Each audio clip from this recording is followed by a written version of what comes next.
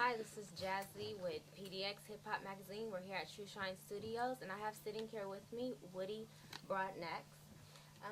Woody, could you please tell me a little bit about yourself? Yes, I'd be more than happy to tell you about myself.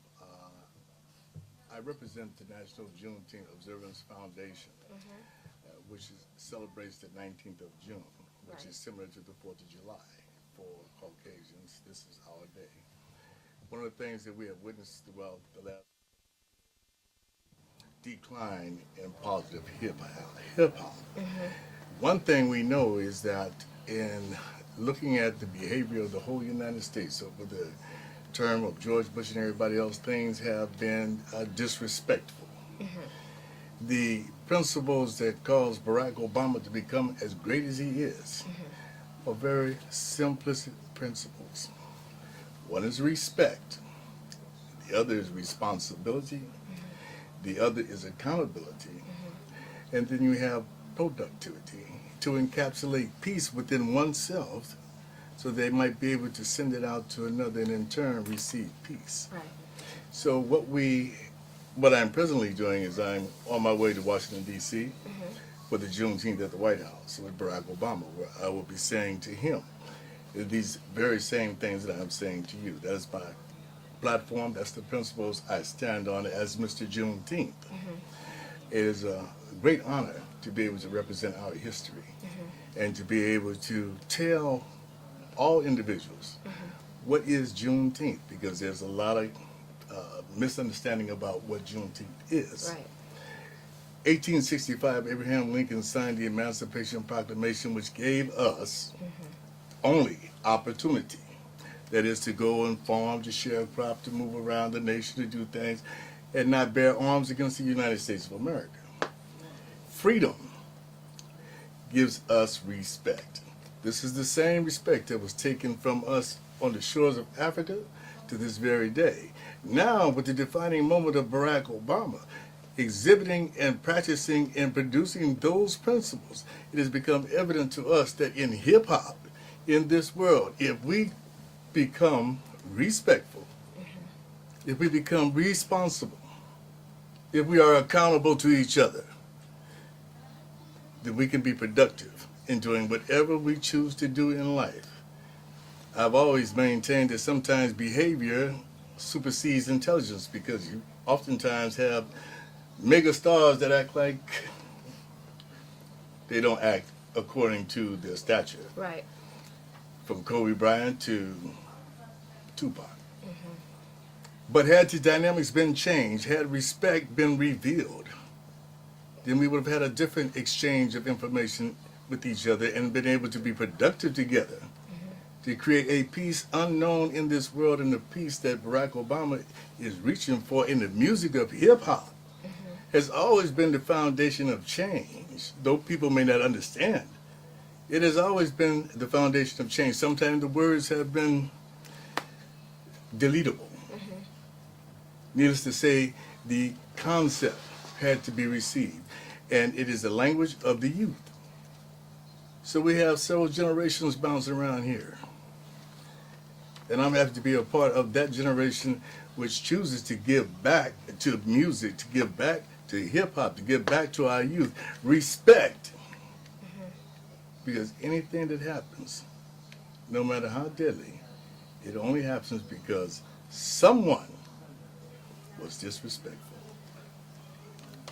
You said that you wanna turn it into that you wanna make it to where hip hop, the artists are being more positive. How do you plan on going about doing that to spread that, to spread the word out there, that they need to be more positive in their lyrics? Well, most of that, and I'm affiliated with Al Sharpton and various other peoples throughout the United States that are seeking to change the message of music. Mm-hmm. That is their forte. My concept is simply to say to the President of these United States, why hide these practical principles? Mm-hmm. Let's start doing it like we used to do the Pledge of Allegiance. Mm-hmm. Let us wake up one morning in school and say, I will be respectful. I will be responsible. I will be accountable. And I guarantee you, the practice of those principles will allow us to ingrain that emptiness that is within us that allows us to be able to harm one another and our Right. community. Okay.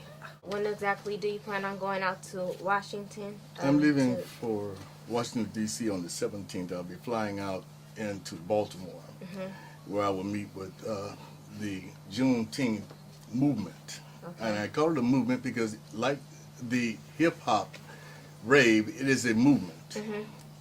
And we don't want to be moving like this. We want to move this way, together. And so in the discussion that I pray to have with either Michelle or with Barack, is to put on in every school. See, we have a misconception with the schools. Every teacher thinks that they teach respect in a particular way. Yet they do not teach the full fundamentals. They'll change the words respect and getting great or whatever, but they won't use those practical principles. And it's almost like a hidden gold, because once a person recognizes that they have complete and total control and peace, they can do anything. Right. I was watching the interview with Young Future. Confidence in being able to project Right. hope and change.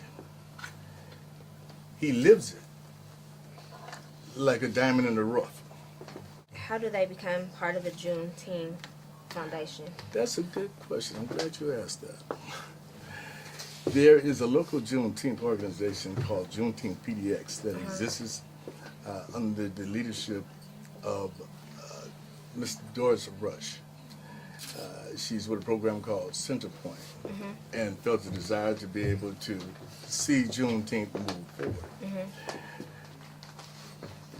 Having said that, I have ran the Juneteenth here in Portland for over 10 years, and I was elevated from national to a national status as a youth commission chair of Juneteenth America, and I deal with all the youth in America.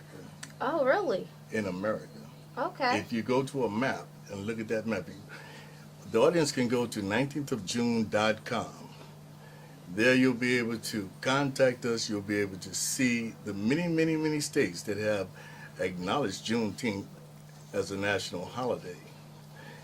Here in Oregon, I secured that holiday for this state, for this time, so that we might be able to understand that every national has a flag.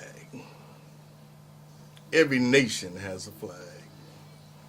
And though we revere and we love the red, white, and blue, to tell the story right, there are two distinctive flags in these United States of America.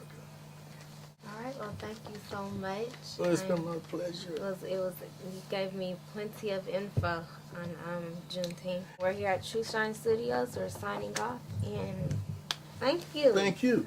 Thank you so much.